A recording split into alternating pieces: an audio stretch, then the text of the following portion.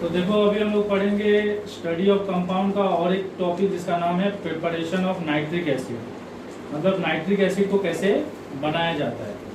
तो nitric acid को बनाने के लिए लेबोरेटरी प्रिपरेशन के बारे में पढ़ेंगे। तो लेबोरेटरी में नाइट्रिक एसिड बनाने के लिए क्या यूज़ किया जाता है, पोटासियम नाइट्रेट। और पोटासियम नाइट्रेट यूज़ करने का बहुत सीधा सा कारण है कि क्योंकि उसके अंदर क्या है, नाइट्रेट है, और नाइट्रिक एसिड बनाने के लिए नाइट्रेट बहुत जरूरी है। और साथ में इस नाइट्रेट को हम लोग किससे रिएक्ट करेंगे, एक एसिड से रिएक्ट करेंगे। और आप लोग को ये चीज़ हम बताए भी हैं पहले कि कोई भी सॉल्ट जब कोई एसिड से रिएक्ट करता है ना, तो प्रोडक्ट में दोबारा फिर से एक सॉल्ट और एक नया एसिड बनता है। समझ में आया कि नहीं? अगर आप एक सॉल्ट और एसिड को रिएक्ट करोगे तो हमेशा प्रोडक्ट में आपको फिर से सॉल्ट और एसिड ही मिलेगा, लेकिन आपको वो वाला एसिड नहीं मिलेगा जो एसिड से आप रिएक्ट किए, आपको एक नया एसिड मिलेगा। आपको वो वाला सॉल्ट नहीं मिलेगा जो आप रिएक्ट किए हो, आपको एक नया सॉल्ट मिलेगा। तो यहाँ पे हम लोग पोटासियम नाइट्रेट को किससे रिएक्ट कर रहे हैं, H2SO4 से रिएक्ट कर रहे हैं। अब क्वेश्चन रेज होता है कि हम लोग H2SO4 से क्यों कर रहे हैं, HCl से क्यों नहीं कर रहे, वो सब चीज़ हम लोग आगे डिस्कस करेंगे। लेकिन पहले हम लोग उस चीज़ पे फोकस करते हैं कि कैसे बनता है। तो हम लोग क्या लिए, पोटासियम नाइट्रेट लिए और H2SO4 लिए, और हम लोग टेम्परेचर को क्या रखें, 200 डिग्री सेल्सियस से कम रखें। 200 डिग्री सेल्सियस से कम टेम्परेचर रखने में क्या होता है, जो आपका H2SO4 है वो डिकम्पोज होता है बाइसल्फेट में। लेकिन अगर आप टेम्परेचर को 200 डिग्री सेल्सियस से ज़्यादा रखोगे तो वो डिकम्पोज होगा H+ और सल्फेट में डिकम्पोज होगा, मतलब H+ और SO4 2- बनेगा। तो हम लोग टेम्परेचर को 200 डिग्री सेल्सियस से क्यों ज़्यादा नहीं रख रहे हैं, क्योंकि देखो टेम्परेचर को अगर आप 200 डिग्री सेल्सियस से ज़्यादा रखोगे तो आपका फ्यूल भी ज़्यादा लगेगा ना, क्योंकि ये रिएक्शन कराने के लिए यहाँ पे हीट देना पड़ रहा है। तो हम लोग को तो कोई भी चीज़ प्रिपेयर करना है तो कम एक्सपेंडिचर में करना है, तो इसलिए टेम्परेचर को क्या रखा गया है, 200 डिग्री सेल्सियस से कम रखा गया है। ये समझ में आया कि नहीं? प्लस ये भी है कि जो पोटासियम बाइसल्फेट है ना, वो कोरोसिव नहीं है, मतलब वो स्टिकी नहीं है, वो इस कांच में चिपकेगा नहीं। लेकिन अगर यहाँ पे हम लोग टेम्परेचर को 200 डिग्री सेल्सियस से ज़्यादा कर दे तो यहाँ पे ये टूट के क्या बन जाएगा, H+ और SO4 2-, और ये वाला टूट के क्या बनेगा, K+ और NO3-। यहाँ का K+, यहाँ का SO4 2- से जुड़ेगा तो क्या बनेगा, K2SO4। और K2SO4 जो है ना वो स्टिकी है, वो कांच में चिपक जाएगा, फिर उसको निकालना मुश्किल हो जाएगा। अगर आप निकालने की कोशिश करोगे तो कांच फूट सकता है। तो ये भी एक कारण है। दूसरा कारण है कि अगर आप टेम्परेचर को 200 डिग्री सेल्सियस से ज़्यादा रखोगे तो क्या होगा, फ्यूल वेस्ट होगा ज़्यादा। इसलिए हम लोग टेम्परेचर को क्या रखें, 200 डिग्री सेल्सियस से कम रखें हैं। और जब टेम्परेचर 200 डिग्री सेल्सियस से कम होता है तो H2SO4 टूट के क्या बनता है, H+ और HSO4-, मतलब बाइसल्फेट बनता है। और ये टूट के क्या बन जाएगा, K+ और NO3-। समझ में आया? अगर तो ये K+ इसके साथ जुड़ के क्या बन जाएगा, पोटासियम बाइसल्फेट, और H+ और NO3 मिलके क्या बन जाएगा, HNO3, जो कि नाइट्रिक एसिड का वेपर है, नाइट्रिक एसिड नहीं है। मतलब नाइट्रिक एसिड यहाँ पे कौन सा स्टेट में है, वेपर स्टेट में है, लिक्विड स्टेट में नहीं है। अगर आप चाहो तो पोटासियम नाइट्रेट की जगह क्या यूज कर सकते हो, सोडियम नाइट्रेट भी यूज कर सकते हो, आपको सेम ही चीज मिलेगा। तो सोडियम नाइट्रेट अगर यूज करोगे तो ये बन जाएगा Na+, और ये हो गया NO3-, और ये टूट के बनेगा H+ और HSO4-, मतलब बाइसल्फेट। और ये Na+ और HSO4- जुड़ के क्या हो जाएगा, NaHSO4, और H+ और NO3- जुड़ के क्या हो जाएगा, HNO3। यहाँ पे कुछ चीज याद रखना, ये जो सोडियम नाइट्रेट है ना, इसका एक अदर नाम भी है, वो है क्या, चाइल्ड सॉल्ट पीटर। मतलब चाइल्ड सॉल्ट पीटर किसको बोलते हैं, सोडियम नाइट्रेट को भी बोलते हैं। तो एग्जाम में हो सकता है कि आपको कंफ्यूज करने के लिए बोल दे कि यहाँ पे H2SO4 के साथ चाइल्ड सॉल्ट पीटर को यूज किया जा रहा है, तो आपको पूछेगा वो क्या है, चाइल्ड पीटर सॉल्ट, ऐसा पूछ सकता है। याद रखना सोडियम नाइट्रेट को बोलते हैं। बाकी दोनों रिएक्शन से हम लोग को HNO3 का वेपर ही मिल रहा है। इसी रिएक्शन को हम डायग्रामेटिकली शो किए हैं। यहाँ पे देखो सोडियम नाइट्रेट और H2SO4 को हम लोग रिएक्ट किए हैं और दोनों को गर्म कर रहे हैं। तो गर्म करने से हम लोग को क्या मिल रहा है, HNO3 का वेपर मिल रहा है। ये वेपर को हम लोग क्या कर रहे हैं, एक दूसरा कंटेनर में कलेक्ट कर रहे हैं, और इस कंटेनर के ऊपर हम लोग क्या डाल रहे हैं, ठंडा पानी डाल रहे हैं। ठंडा पानी क्या करेगा, HNO3 वेपर को कंडेंस कर देगा, और कंडेंस करके क्या बना देगा, नाइट्रिक एसिड बना देगा। मतलब नाइट्रिक एसिड जो है वो वेपर से क्या बन जाएगा, लिक्विड बन जाएगा। तो यहाँ पे उसको नाइट्रिक एसिड को वेपर से लिक्विड में कन्वर्ट करने का सिंपल तरीका है कि आप जिस कंटेनर में उसको कलेक्ट कर रहे हो ना नाइट्रिक एसिड का वेपर को, उस कंटेनर को क्या कर दो, ठंडा कर दो।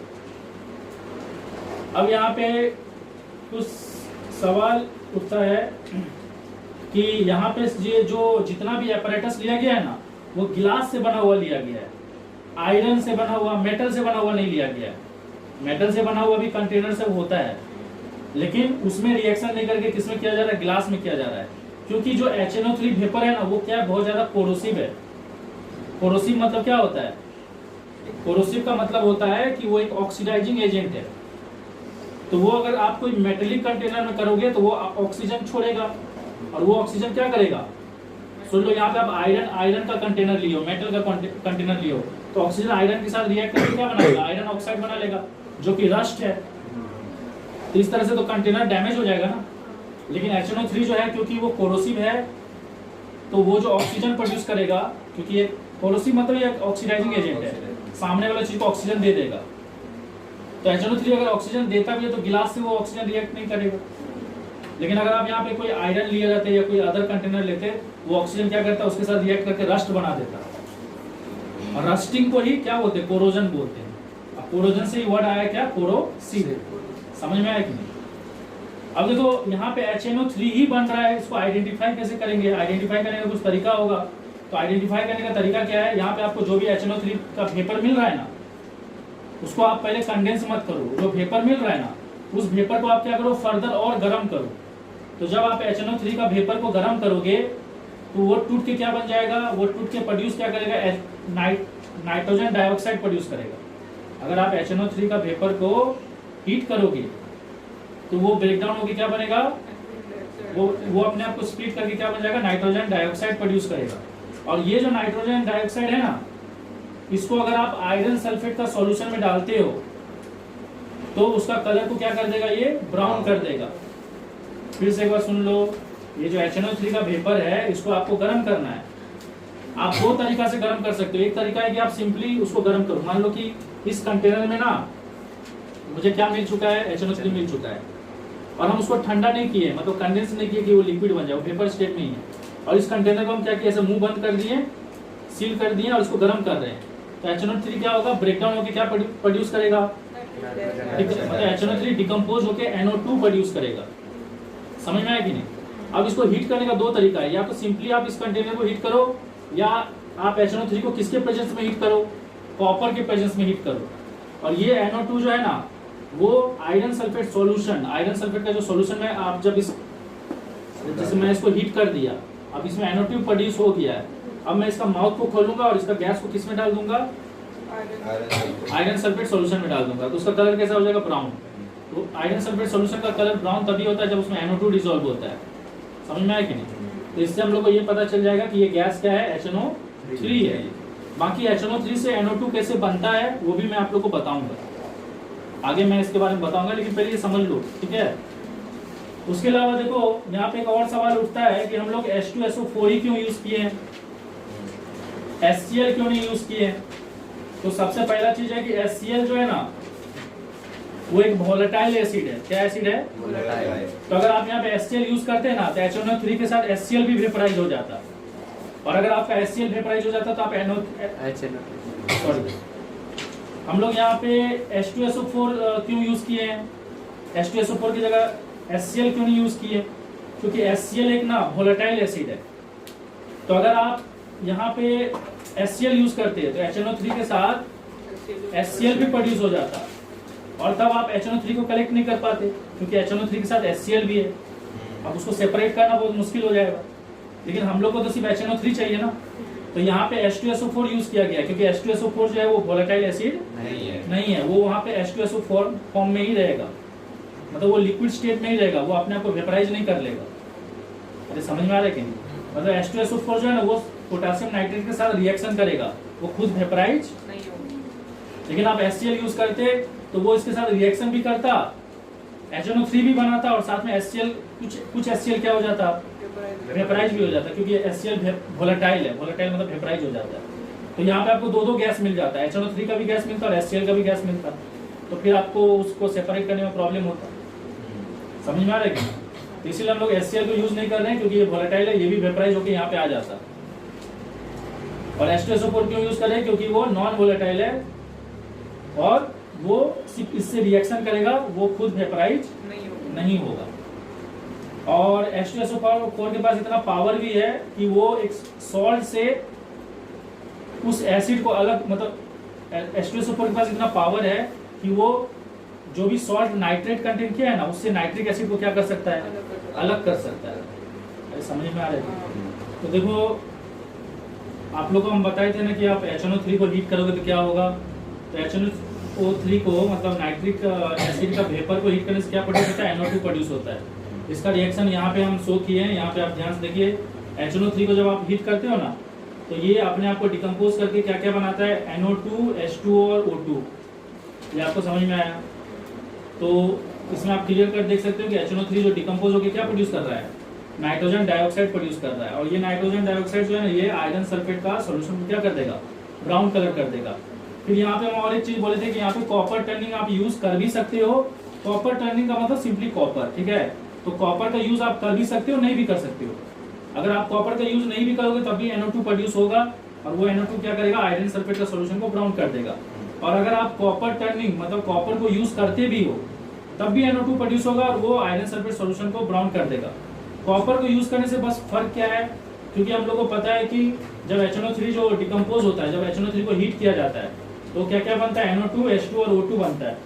तो अगर आप यहाँ पे कॉपर यूज करोगे ना, तो कॉपर सबसे पहले क्या करेगा, कॉपर ऑक्सीजन से रिएक्ट करेगा और क्या बनाएगा, कॉपर ऑक्साइड। और वो कॉपर ऑक्साइड फर्दर किससे रिएक्ट करेगा, NO2 से, और फाइनली क्या बन जाएगा, कॉपर नाइट्रेट बनेगा। समझ में आया कि नहीं? तो बस ये फर्क है कि मतलब आपको प्रोडक्ट में यहाँ पे NO2 और H2O के साथ एक और प्रोडक्ट मिल जाएगा जिसका नाम क्या है, कॉपर नाइट्रेट। बस इतना ही फर्क आएगा। अरे समझ में आया कि नहीं? तो इसलिए यहाँ पे देखो क्लियर कर लिखा भी है, HNO3 ऑन हीटिंग एलोन मतलब आप सिंपली हीट कर सकते हो, या आप कॉपर को यूज भी कर सकते हो। अगर आप कॉपर यूज नहीं करोगे तो ये वाला रिएक्शन होगा, और अगर आप कॉपर यूज कर लेते हो तो ये जो कॉपर है ये इस ऑक्सीजन के रिएक्ट करके क्या बनाएगा, कॉपर ऑक्साइड, और कॉपर ऑक्साइड और NO2 के साथ जुड़ के क्या बनेगा, कॉपर नाइट्रेट। तो उस टाइम आपको प्रोडक्ट में क्या क्या मिलेगा, प्रोडक्ट में मिलेगा आपको कॉपर नाइट्रेट, NO2 और H2O मिलेगा, ये ऑक्सीजन यूज हो जाएगा। अरे समझ में आ रहा है? बाकी आपको NO2 मिलेगा जो कि इसको क्या कर देगा, आयरन सल्फेट सॉल्यूशन को ब्राउन कर देगा। ये सारी चीज समझ में आएगी। तो देखो हम आप लोगों को बताए थे कि हम लोग जब HNO3 को प्रिपरेशन करते हैं तो यहाँ पे टेम्परेचर को 200 डिग्री सेल्सियस से कम रखते हैं। हम लोग 200 डिग्री सेल्सियस से टेम्परेचर को क्या रखते हैं, कम रखते हैं। लेकिन अगर आप 200 डिग्री सेल्सियस से टेम्परेचर को ज्यादा रखोगे तो प्रॉब्लम क्या है, सबसे पहला चीज तो टेम्परेचर ज्यादा रखोगे तो ज्यादा फ्यूल लगेगा, फ्यूल वेस्टेज है। दूसरा चीज है कि जब आप टेम्परेचर ज्यादा रखते हो तो H2SO4 जो है ना, वो बाई सल्फेट में नहीं डिकम्पोज होके किसमें डिकम्पोज होता है, सल्फेट में, मतलब H+ और SO4 2- में। इसके कारण आपको सोडियम सल्फेट मिलेगा और HNO3 मिलेगा, मतलब HNO3 तो मिलेगा ही। लेकिन सोडियम सल्फेट के बारे में क्या है कि सोडियम सल्फेट एक बैड कंडक्टर ऑफ हीट है। समझ में आया कि नहीं? और वो क्या है ना, और प्लस वो स्टिकी है, तो गिलास का वॉल में जाके क्या होगा, चिपक जाएगा। और क्योंकि वो बैड कंडक्टर ऑफ हीट है तो वो खुद से हीट को जाने नहीं देगा। अगर वो खुद से हीट को जाने देता तो क्या होता, दीवार से सेपरेट हो जाता। अरे क्योंकि जब कोई चीज खुद से हीट को जाने देगा तो वो पिघलेगा ना, लेकिन क्योंकि ये बैड कंडक्टर है, ये खुद से हीट को जाने नहीं दे रहा है, तो ये नहीं पिघलेगा, ये वॉल में चिपके ही रहेगा, स्टिकी ही रहेगा। तो ये ग्लास, ये जो जिस एपरेटस में आप एक्सपेरिमेंट कर रहे हैं उसका उस कांच, आप उसका जो गिलास, आप जिस एपरेटस में एक्सपेरिमेंट कर रहे हो वो किससे बना हुआ है, ग्लास से बना हुआ है। तो ये ग्लास का वॉल में अगर चिपक गया तो ये निकलेगा नहीं, और फिर आपको अगर आप उसको जबरदस्ती निकालने की कोशिश करोगे तो क्या होगा, ग्लास का एपरेटस डैमेज हो जाएगा, टूट जाएगा। अब देखो नेक्स्ट हम लोग डिस्कस करने वाले हैं oxidising nature of HNO3। Nitric acid जो है ना, वो एक ऑक्सीडाइजिंग एजेंट है। कैसे ऑक्सीडाइजिंग एजेंट है, क्योंकि वो दूसरा को ऑक्सीजन देता है। इसको समझने के लिए पहले आप ये रिएक्शन समझो कि अगर आप HNO3 को हीट करते हो तो वो डिकम्पोज होकर क्या बनेगा, NO2, H2O और O2। जब भी आप नाइट्रिक एसिड को डिकम्पोज करोगे तो नाइट्रिक एसिड डिकम्पोज होकर क्या बनेगा, NO2, H2O और O2, जिसके बारे में हम लोग ऑलरेडी डिस्कस किए थे। अब देखो जो एक्चुअली जब नाइट्रिक एसिड बनता है ना, तो नाइट्रिक एसिड का कलर जो रहता है स्टार्टिंग में क्या होता है, कलरलेस होता है। मतलब नाइट्रिक एसिड का जो एक्चुअल कलर है वो क्या है, वो है कलरलेस। लेकिन जब आप HNO3 बनाते हो ना, तो कुछ नाइट्रिक एसिड क्या होता है, टूट के क्या बन जाता है, NO2, H2O और O2 बन जाता है। और ये NO2 जो है ना, ये NO2 इस HNO3 में जब डिसॉल्व हो जाता है तो तो इसका कलर कलरलेस से क्या बना देता है, येलोइश ब्राउन बना देता है। समझ में आया कि नहीं? तो एक्चुअली में जो HNO3 है उसका कलर कलरलेस है, लेकिन अगर उसमें NO2 डिसॉल्व हो जाएगा तो उसका कलर को क्या करेगा, कलरलेस से क्या बना देगा, येलोइश ब्राउन। और NO2 गैस का क्या कलर होता है, NO2 गैस का कलर होता है रेडिश ब्राउन। अरे समझ में आया कि नहीं? HNO3 का अगर आप कलर का बारे में जानकारी लोगे तो आपको पता चलेगा कि वो कलरलेस भी होता है और येलोइश ब्राउन भी होता है। पर एक्चुअली में HNO3 का कलर क्या है, कलरलेस। उसमें NO2 डिसॉल्व होने के कारण, NO2 डिसॉल्व होने के कारण क्या हो जाता है, वो येलोइश ब्राउन हो जाता है। समझ में आया कि नहीं? तो आपको HNO3 जब भी दिखेगा तो येलोइश ब्राउन दिखेगा। क्यों? क्योंकि कुछ HNO3 क्या हो गया है, डिकम्पोज होकर NO2 बन गया है और वो NO2 उसको वो कलर दे दिया है। ये चीज समझ में आ गया। अब देखो ये ऑक्सीडाइजिंग एजेंट क्यों है, इसका कारण बहुत सिंपल सा बात है कि ये डिकम्पोज होकर क्या प्रोड्यूस कर रहा है, ऑक्सीजन प्रोड्यूस कर रहा है। मतलब ये दूसरा को ऑक्सीजन दे सकता है। तो उसी चीज को समझो, इस रिएक्शन में HNO3 क्या कर रहा है, इन सभी को ऑक्सीडाइज कर रहा है। कैसे ऑक्सीडाइज कर रहा है, देखो HNO3 क्या होगा, खुद जब आप HNO3 को और कार्बन को हीट करोगे, समझ में आया कि नहीं? कार्बन कुछ भी हो सकता है, कोक हो सकता है, ग्रेफाइट हो सकता है। तो जब HNO3 और कार्बन को आप हीट करोगे तो HNO3 डिकम्पोज होकर क्या बनेगा, NO2 H2 और O2। तो देखो प्रोडक्ट में H2 और NO2 है कि नहीं, और ये जो O2 है ये C के साथ जुड़ के क्या बन जाएगा, CO2। नहीं समझ में आया? तो इसको ऑक्सीडाइज किया ना। अगर आप सल्फर के साथ रिएक्ट करोगे तो फिर से क्या बनेगा, NO2 और H2O बनेगा। और ये जो O2 है ना, ये सल्फर के साथ रिएक्ट करके क्या बनेगा, सल्फर डाइऑक्साइड। पहले ये ऑक्सीजन जो है वो सल्फर के साथ रिएक्ट करके क्या बनाएगा, सल्फर डाइऑक्साइड। ये सल्फर ट्राइऑक्साइड है ना, सॉरी सल्फर डाइऑक्साइड बनाएगा। ये सल्फर डाइऑक्साइड जो है ये और ऑक्सीजन के साथ रिएक्ट करके क्या बनाएगा, सल्फर ट्राइऑक्साइड। और ये सल्फर ट्राइऑक्साइड जब पानी में डिसॉल्व होता है ना, ये देखो यहाँ पे पानी भी बन रहा है ना, तो पानी और SO3 मिलके क्या बन जाता है, H2SO4 बन जाता है। इसलिए यहाँ पे फाइनल प्रोडक्ट क्या बन रहा है, H2SO4। नहीं समझ में आया? पहले तो ये NO2 और H2O बनाया, साथ में O2 भी बना रहा है, क्योंकि हम लोग को पता है ये डिकम्पोज होकर NO2 H2 और O2 बनेगा। और वो जो O2 बना इसके साथ रिएक्ट करके पहले SO2 बनाया, SO2 और ऑक्सीजन से मिलकर SO3 बना, और SO3 जब H2O में डिसॉल्व होता है तो क्या बनता है, H2SO4 बनता है। ये चीज क्लियर है आपको? अब देखो नेक्स्ट, यहाँ पे HNO3 है और हम लोग जानते हैं HNO3 डिकम्पोज होकर क्या बनता है, NO2 और H2O बनता है। तो वही चीज यहाँ पे भी हुआ है, देखो H2 और NO2 बना है, और साथ में क्या प्रोड्यूस हो रहा है, ऑक्सीजन। ये ऑक्सीजन क्या करेगा, कॉपर से रिएक्ट करके क्या बनाएगा, कॉपर से रिएक्ट करके ऑक्सीजन बनाएगा कॉपर ऑक्साइड। और ये कॉपर ऑक्साइड फर्दर और नाइट्रोजन डाइऑक्साइड से रिएक्ट करके क्या बन जाएगा, कॉपर नाइट्रेट बन जाएगा। समझ में आया? इसलिए यहाँ पे फाइनल प्रोडक्ट क्या बना है, कॉपर नाइट्रेट बना है। एक तरह से आप देख सकते हो ये सभी क्या, ये नाइट्रिक एसिड यहाँ पे क्या किया, इन सभी को ऑक्सीजन दिया, मतलब इन सभी को ऑक्सीडाइज किया। और क्योंकि दूसरा को ऑक्सीडाइज कर रहा है इसलिए यहाँ पे क्या है, ये ऑक्सीडाइजिंग एजेंट है। तो ऑक्सीडाइजिंग एजेंट कैसे HNO3 आपको समझ में आया? तो देखो अभी हम लोग पढ़ेंगे प्रिपरेशन ऑफ नाइट्रिक एसिड, और इस प्रिपरेशन को क्या बोलते हैं, ओस्टवाल्ड प्रोसेस। और ओस्टवाल्ड प्रोसेस कहाँ पे अप्लाई होता है, इंडस्ट्री में। ठीक है। और इसको प्रिपरेशन करने के लिए इसको 3 स्टेप में परफॉर्म किया जाता है। पहले जो एमोनिया गैस होता है उसको ऑक्सीडाइज किया जाता है, और इसको ऑक्सीडाइज जिस चैम्बर में किया जाता है उसको कैटालाइटिक चैम्बर बोलते हैं, क्योंकि यहाँ पे कैटलिस्ट यूज होता है जिसका नाम है प्लेटिनियम, जो इस रिएक्शन का स्पीड को क्या करता है, बढ़ाता है। और ये अमोनिया और ऑक्सीजन मिलकर क्या बन जाता है, नाइट्रोजन मोनोऑक्साइड और वाटर बन जाता है। और इस रिएक्शन के दौरान में क्योंकि बहुत ज्यादा मात्रा में हीट प्रोड्यूस होता है, जैसे कि आप वहां देख सकते हैं 21.5 किलो कैलोरी। तो इस ये रिएक्शन क्या होता है, एक तरह का एक्सोथर्मिक रिएक्शन है। एक बार आपका नाइट्रोजन मोनोऑक्साइड बन जाता है, तो अभी आप लोग जो चीज याद करो, मैं आप लोग को बताया भी था कि जब एमोनिया को ऑक्सीजन के साथ बर्न किया जाता है, मतलब एमोनिया को ऑक्सीजन का प्रेजेंस में बर्न किया जाता है बिना कैटलिस्ट का, तो क्या क्या बनता है, नाइट्रोजन गैस और वाटर वेपर। समझ में आया कि नहीं? जब एमोनिया को बर्न किया जाता है बिना कैटलिस्ट का। और ये वाला भी हम लोग डिस्कस कर चुके हैं कि जब एमोनिया को बर्न किया जाता है in the presence of catalyst, तो यहाँ पे नाइट्रोजन नहीं बन के क्या बनता है, नाइट्रोजन मोनोऑक्साइड। ये हम लोग पहले डिस्कस कर चुके हैं। तो ये वाला पार्ट, ये जो रिएक्शन है हम लोग पहले भी डिस्कस कर चुके हैं। ये जो नाइट्रोजन मोनोऑक्साइड होता है ना, इसमें फर्दर क्या किया जाता है, और ऑक्सीजन ऐड किया जाता है। अब क्योंकि यहाँ पे ऑक्सीजन ऐड किया जा रहा है, इसलिए इस चैम्बर का नाम क्या है, ऑक्सीडेशन चैम्बर।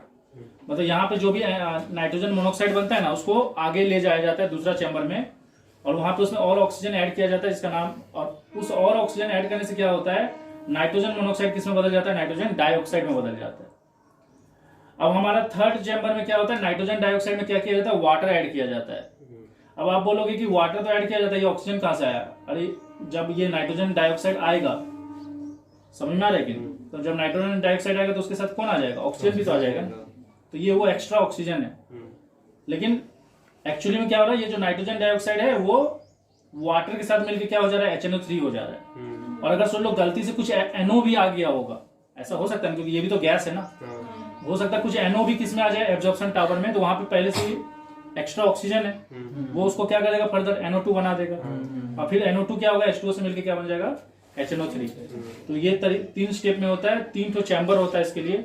एक चैम्बर में अमोनिया को बर्न किया जाता है ताकि नाइट्रोजन मोनोऑक्साइड बन सके, दूसरा चैम्बर में नाइट्रोजन मोनोऑक्साइड को और ऑक्सीडाइज किया जाता है, उसमें और ऑक्सीजन ऐड किया जाता है ताकि वो नाइट्रोजन डाइऑक्साइड बन सके, और तीसरा होता है एब्जॉर्प्शन टावर, जहाँ पे नाइट्रोजन डाइऑक्साइड को पानी में डिसॉल्व किया जाता है, और जब वो नाइट्रोजन डाइऑक्साइड पानी में डिसॉल्व होता है तो क्या बन जाता है, HNO3। इसलिए इसका नाम है एब्जॉर्प्शन टावर, मतलब पानी क्या करता है, NO2 को एब्जॉर्ब करता है। अब देखो यहाँ पे कुछ चीज डिस्कस किया गया है कि ये हम लोग अभी तक 3 चीज के बारे में, अभी तक हम लोग 4 चीज के बारे में पढ़ चुके हैं। क्या क्या चीज है, अभी तक हम लोग 3 चीज के बारे में पढ़ चुके हैं, और एक चीज के बारे में हम लोग आगे पढ़ेंगे, मतलब मैं आपको नेक्स्ट मतलब क्लास में पढ़ाऊंगा। वो 3 चीज हम लोग क्या क्या पढ़ चुके हैं, एमोनिया के बारे में पढ़ चुके हैं, और नाइट्रिक एसिड के बारे में अभी पढ़ रहे हैं, और एक है आपका HCl के बारे में भी हम लोग पढ़ चुके हैं। H2SO4 के बारे में हम लोग नहीं पढ़े हैं, आगे पढ़ेंगे। तो यहाँ पे जो एमोनिया है और HCl है, ये दोनों रिड्यूसिंग एजेंट है। क्यों रिड्यूसिंग एजेंट है, एमोनिया क्यों रिड्यूसिंग एजेंट है, क्योंकि इसके पास क्या है, लॉन पेयर है। क्योंकि नाइट्रोजन का वैलेंस सेल में 5 इलेक्ट्रॉन होता है, तो इसमें से 3 इलेक्ट्रॉन तो यूज हो गया है, 2 इलेक्ट्रॉन बच चुका है, और क्योंकि ये 2 इलेक्ट्रॉन हाइड्रोजन को दे रहा है, हाइड्रोजन आयन को दे रहा है, ताकि ये एमोनियम आयन बन सके। मान लो कि ये एमोनिया जो है ना, वो किससे रिएक्ट कर रहा है, HCl से रिएक्ट कर रहा है। तो HCl का जो H+ है वो किसके साथ आगे जुड़ जाएगा, एमोनिया का लॉन पेयर के साथ जुड़ेगा। अब क्योंकि ये अपना इलेक्ट्रॉन, अपना लॉन पेयर उस H+ को दे रहा है, और हम लोग जानते हैं कि जो इलेक्ट्रॉन गेन करता है वो रिड्यूस होता है, तो यहाँ पे HCl का जो H है ना, वो इलेक्ट्रॉन गेन करके क्या हो रहा है, रिड्यूस हो रहा है, और इसको रिड्यूस करने के लिए रेस्पॉन्सिबल कौन है, NH3। इसलिए NH3 क्या हो गया, रिड्यूसिंग एजेंट। समझ में आया कि नहीं, क्योंकि जो इलेक्ट्रॉन गेन करता है वो रिड्यूस होता है, और यहाँ पे हाइड्रोजन क्या हो रहा है, रिड्यूस हो रहा है, और उसको रिड्यूस करवा कौन रहा है, NH3, इसलिए वो रिड्यूसिंग एजेंट है। और HCl जो है ना, हाइड्रोक्लोरिक एसिड, वो भी एक रिड्यूसिंग एजेंट है। एमोनिया भी रिड्यूसिंग एजेंट है, और HCl भी क्या, रिड्यूसिंग एजेंट। क्योंकि HCl क्या करेगा, इससे जो भी रिएक्ट करेगा ना, उसको वो अपना क्या दे देगा, H दे देगा। और हम लोग जानते हैं कि गेन ऑफ हाइड्रोजन भी रिडक्शन होता है, तो जो भी इसका हाइड्रोजन को गेन करेगा वो रिड्यूस होगा, तो जो भी इसका हाइड्रोजन को गेन करेगा वो रिड्यूस होगा, उसको रिड्यूस करवा कौन रहा है, HCl। तो HCl एक तरह से रिड्यूसिंग एजेंट हुआ, क्योंकि एजेंट वो होता है जो, रिड्यूसिंग एजेंट वो होता है जो दूसरा को रिड्यूस करता है, और खुद क्या होता है, ऑक्सीडाइज। अगर हम लोग HNO3 का बात करें, तो HNO3 को अगर आप डिकम्पोज करोगे, आप थर्मल डिकम्पोजिशन करोगे, मतलब गर्म हीट करोगे, तो HNO3 टूट के क्या बनता है, NO2, H2 और O2 बनता है। और क्योंकि ये O2 प्रोड्यूस कर रहा है, तो मतलब ये सामने वाले चीज को क्या देगा, ऑक्सीजन देगा, और क्योंकि ये सामने वाले जो भी सब्सटेंस देगा उसको ऑक्सीजन देगा, तो गेन ऑफ ऑक्सीजन होता है ऑक्सीडेशन। तो सामने वाला सब्सटेंस क्या कर रहा है, ऑक्सीजन को गेन कर रहा है, मतलब ऑक्सीडेशन हो रहा है, और ये उसको ऑक्सीडेशन करने में हेल्प कर रहा है, मतलब ये ऑक्सीडाइजिंग एजेंट हो गया, क्योंकि ये दूसरा को ऑक्सीडाइज कर रहा है। इसके बारे में हम लोग डिस्कस नहीं किया, आगे डिस्कस करेंगे, लेकिन मैं आप लोगों को बस ऐसे ही बता दे रहा हूँ। H2SO4 को अगर आप डिकम्पोज करोगे, थर्मल डिकम्पोजिशन, तो H2SO4 टूट के क्या बनता है, H2O, SO2 और नेसेंट ऑक्सीजन बनता है। अब क्योंकि ये भी ऑक्सीजन प्रोड्यूस कर रहा है, तो ये भी सामने वाला जो भी सब्सटेंस होगा उसको ऑक्सीजन देगा, और क्योंकि ये सामने वाला सब्सटेंस को ऑक्सीजन दे रहा है, मतलब वो सामने वाला सब्सटेंस क्या कर रहा है, ऑक्सीजन गेन कर रहा है, मतलब ऑक्सीडाइज हो रहा है, और उसको ऑक्सीडाइज होने में कौन हेल्प कर रहा है, H2SO4। इसलिए H2SO4 भी एक क्या है, ऑक्सीडाइजिंग एजेंट। तो याद रखना, HNO3 और H2SO4 ऑक्सीडाइजिंग एजेंट है, HCl और NH3 क्या है, रिड्यूसिंग एजेंट। समझ में आया? ओके, यहाँ पे कुछ थर्मल डिकम्पोजिशन दिया है नाइट्रेट के बारे में, और इसको थोड़ा सा आपको दिमाग में रखना है। हर नाइट्रेट का जो थर्मल डिकम्पोजिशन है ना, वो अलग अलग है। जैसे अगर आप पोटासियम नाइट्रेट का थर्मल डिकम्पोजिशन करोगे तो वो पोटासियम नाइट्राइट और ऑक्सीजन में ब्रेक डाउन हो जाएगा। ये नाइट्रेट था, क्या बन गया, नाइट्राइट बन गया। अगर आप लीड नाइट्रेट का थर्मल डिकम्पोजिशन करोगे तो आपको 3 चीज मिलेगा, लीड ऑक्साइड, ऑक्सीजन और NO2।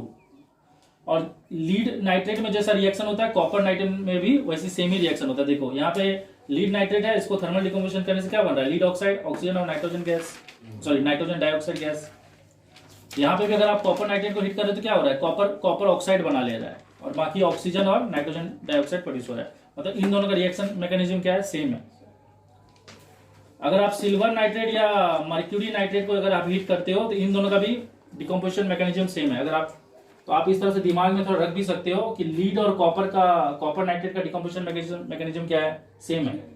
अगर आप सोडियम नाइट्रेट भी लेते हैं ना तो उसका डिकम्पोजिशन मैकेनिज्म भी पोटासियम नाइट्रेट जैसा ही है। मतलब ये अगर पोटासियम नाइट्रेट अगर KNO2 में टूट रहा है ना तो ये टूट जाता है NaNO2 और ऑक्सीजन। मतलब इन दोनों का डिकम्पोजिशन मैकेनिज्म सेम है। लीड और कॉपर का डिकम्पोजिशन मैकेनिज्म सेम है। देखो इसमें भी ऑक्साइड बन रहा है, उसमें भी ऑक्साइड बन रहा है, उसमें ऑक्सीजन और नाइट्रोजन डाइऑक्साइड बन रहा है, उसमें भी वही बन रहा है। सिल्वर नाइट्रेट और मर्क्यूरी नाइट्रेट का डिकम्पोजिशन मैकेनिज्म सेम है। ये देखो यहाँ पे सिल्वर अलग हो जा रहा है, मर्क्यूरी भी अलग हो जा रहा है, ऑक्सीजन और नाइट्रोजन डाइऑक्साइड प्रोड्यूस हो रहा है। और अगर आप एमोनियम नाइट्रेट लोगे तो आपको 2 चीज मिलेगा, एक है नाइट्रस ऑक्साइड जो कि एक तरह का नाइट्रोजन का गैस है, और एक है H2O स्टीम। तो ये एक तरह का लाफिंग गैस है। तो एग्जाम में ऐसा भी हो सकता है कि आपको बोल देगा कि एमोनियम नाइट्रेट को ब्रेक डाउन करने से एक लाफिंग गैस प्रोड्यूस हुआ, उस गैस का नाम क्या है, तो नाइट्रस ऑक्साइड N2O। तो अलग अलग नाइट्रेट का ना टूटने का मैकेनिज्म अलग अलग है, तो इसको थोड़ा सा आप लोग को दिमाग में रखना है, ठीक है, इसको थोड़ा प्रैक्टिस करना। और थोड़ा सा ये सब चीज भी आप लोग याद रखिएगा कि जब लीड नाइट्रेट टूटता है तो क्या बनता है, लीड ऑक्साइड, ऑक्सीजन और नाइट्रोजन डाइऑक्साइड तो बनता है। लेकिन आपको एग्जाम में ऐसा भी पूछ सकता है कि जब एक सब्सटेंस को ब्रेक डाउन किया गया तो वो नाइट्रोजन डाइऑक्साइड गैस प्रोड्यूस किया, ऑक्सीजन प्रोड्यूस किया और उसका कलर ना व्हाइट से बफ हो गया। तो ये भी पूछ सकता है कि वो व्हाइट कलर का सब्सटेंस क्या था, वो बफ कलर का सब्सटेंस क्या था। बफ मतलब होता है लाइट येलो ब्राउन। तो बफ कलर हो गया लाइट येलो ब्राउन कलर। और ये वाला भी इससे रिलेटेड पूछ सकता है कि पहले वो ब्लू कलर का था, बाद में ब्लैक कलर का हो गया और साथ में एक ऐसा गैस प्रोड्यूस किया जो कि बर्निंग स्प्लिंटर को, फ्लेम को क्या करता है, बढ़ा देता है।